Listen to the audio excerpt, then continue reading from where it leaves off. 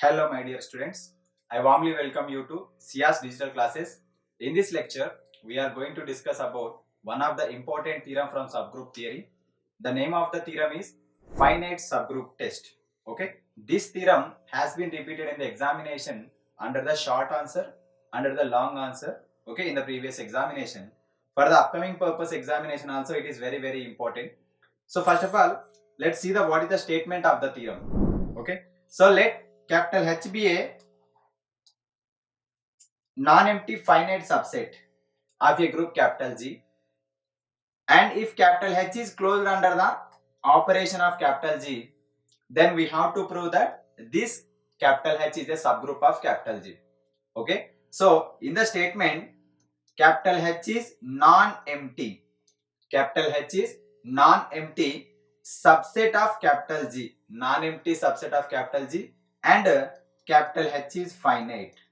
Okay, capital H is finite. That means it has finite number of elements. The order of the group is finite. So now by using this condition, and here also he gave one more condition is capital H is closed. Capital H is closed under operation.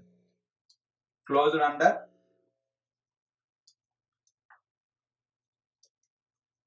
capital H is closed under binary operation. Then by using this condition, we have to prove that capital H is a subgroup of capital G. Here, by seeing this statement, capital H is closed under binary operation, this is the one of the statement of two-step subgroup theorem. Okay, that means for A comma B belongs to capital H, which implies that A into B also belongs to capital H. This is the meaning of this statement. That means capital H is closed under the binary operation is nothing but for any two elements A comma B belongs to capital H, then their product A into B also belongs to capital H. Okay, this is the half of the statement of the two-step subgroup step. In the statement only he gave the half part of the proof. Now our aim is to derive the second half of the theorem. Okay, so now you can see the proof. Now claim is nothing but for small a belongs to capital H, that implies A inverse also belongs to capital H. So this is our claim.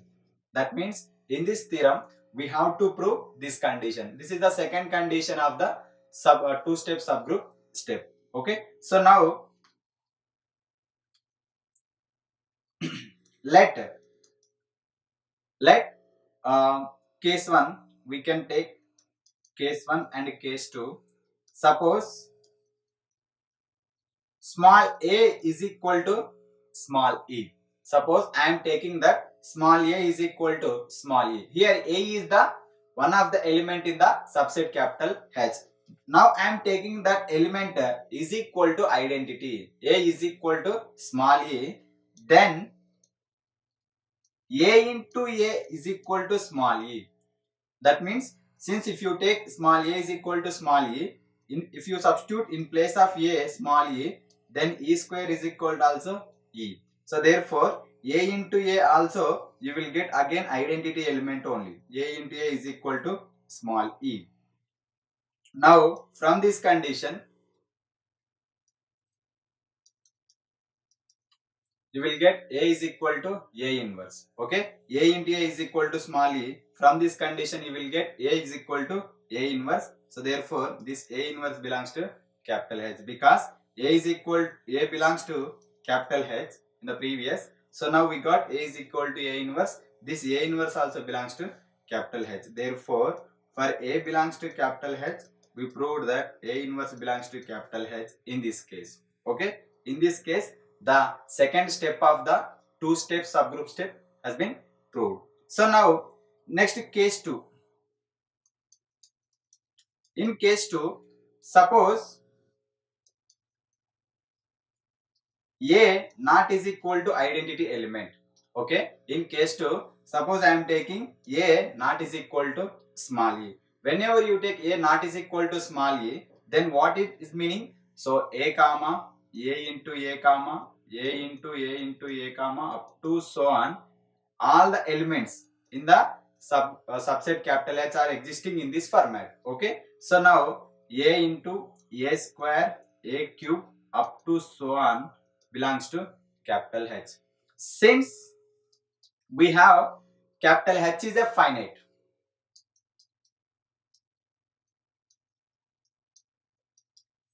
since we have capital H is finite, then all the elements in this subset capital H are not distinct. Okay, all the elements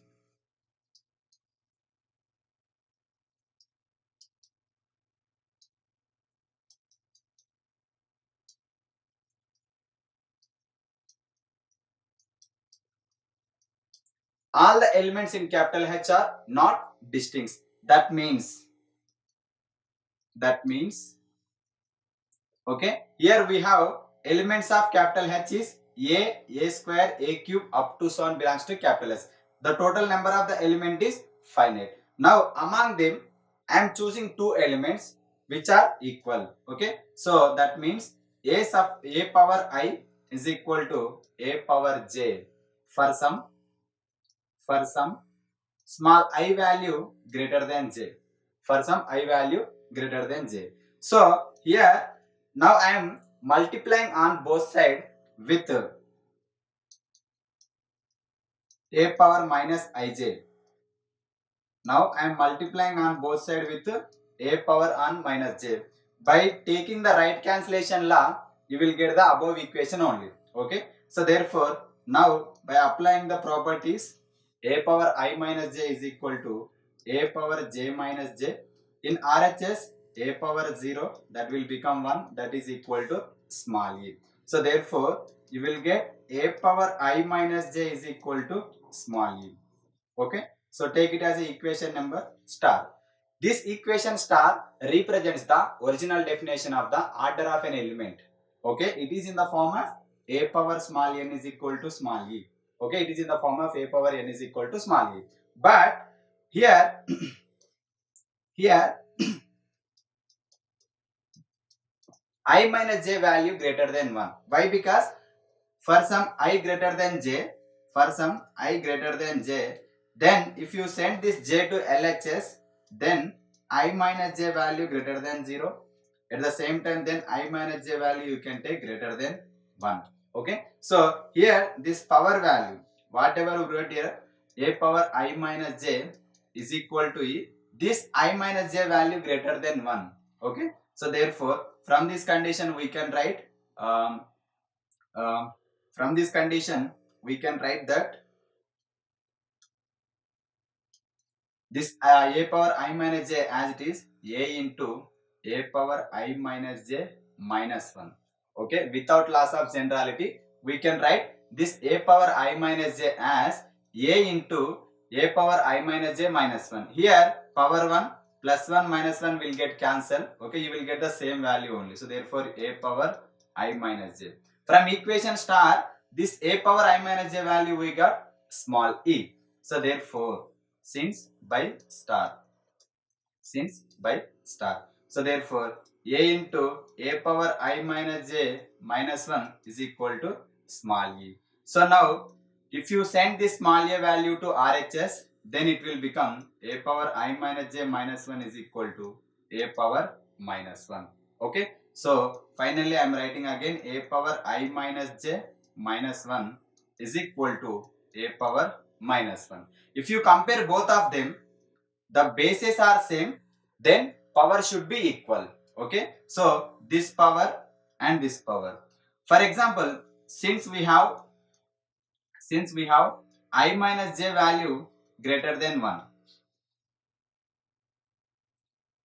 Since we have I minus j value greater than 1, okay, then if you add minus 1 on both sides, then it will become I minus j value minus 1 greater than 0. Okay, so I minus j minus 1 value greater than 0 means that it is equal to 1 or greater than 1. Okay, it is equal to 1 or greater than 1. So that implies finally we can write I minus j minus 1 value greater than or is equal to 1. Now substitute this value in the previous equation. What is the previous equation? A power I minus j minus 1 is equal to a power minus 1. Now in place of this power value, substitute this 1. So therefore a power 1 is equal to a power minus 1. So a power 1 is nothing but only small a. Small a is equal to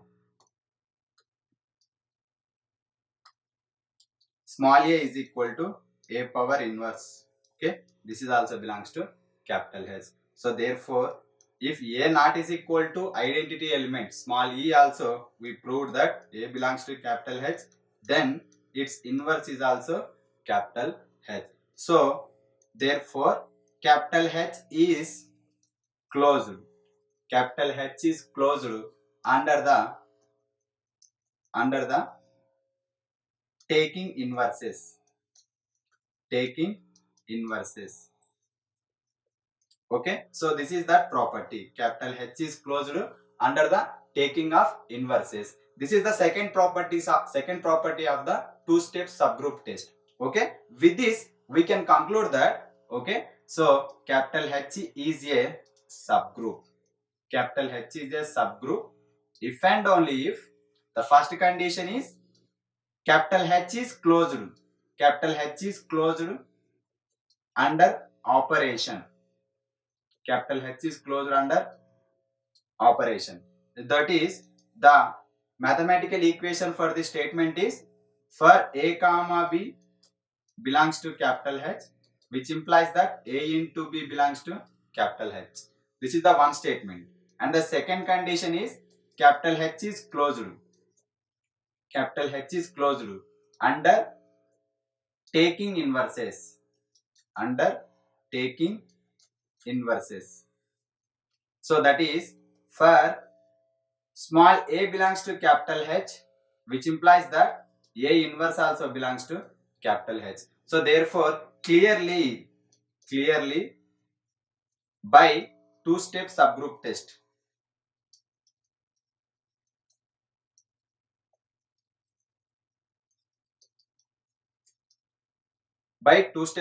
test, we can say that capital H is a subgroup.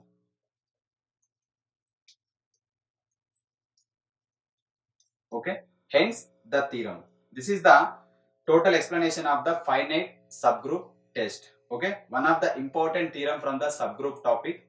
Okay, so in this state the half of the proof it gave in the statement only. Okay, the second half we proved on the screen. Okay, so I hope you understood this theorem very well. In the next lecture we'll meet again new topic. Okay, thank you.